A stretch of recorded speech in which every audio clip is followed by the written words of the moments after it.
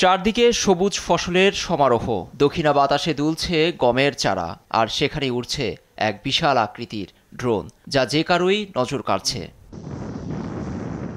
বলছি ভারতের হরিয়ানার ফরিয়াদাবাদের এক গ্রামীণ এলাকার কথা, যেখানে কৃষিকাজে এক অভাবনীয় পরিবর্তন এনেছে দুই নারী কৃষক। নিত্যদিনের কাজে ড্রোন ব্যবহার করে তারা এলাকায় সৃষ্টি করেছেন চাঞ্চল্য, যাদের মধ্যে নারী রূপিন্দার কোরের কথা না বললেই নয়। পুরুষ শাসিত সমাজে গ্রামীণ পরিবেশে নারীদের কৃষিকাজ যেখানে কল্পনাই করা যায় না, সেখানে সহজ করে তুলেছেন তিনি।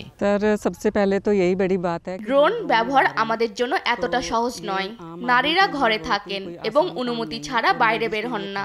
এজন্য ড্রোন দিয়ে কাজটা সহজ করে নিয়েছি, যা আমাদের সমাজ ও পরিবারের সম্মান এনে দেওয়ার পাশাপাশি অর্থ উপার্জনকে করেছে সহজ। রূপিন্দা কোরের এ পথ চলাটা অবশ্য শুরু গত বছরে। ড্রোন চালাতে নিয়েছেন সরকারি প্রশিক্ষণ, ফলে কৃষিকাজে ব্যবহার করতে পারছেন ২৫ থেকে ৩৫ কেজি ওজনের এ ড্রোন, যা দিয়ে ওই এলাকার জমিতে সহজেই সম্ভব হচ্ছে কীটনাশক ও সার প্রয়োগ। ১০ একর জমি থেকে দিনে প্রায় ৪,৫০০ রুপি পর্যন্ত আয় হচ্ছে তার। এই ড্রোন আমাদের অনেক সময় বাঁচায়, পানির খোঁজে দূর দূরান্তে যেতে হচ্ছে না।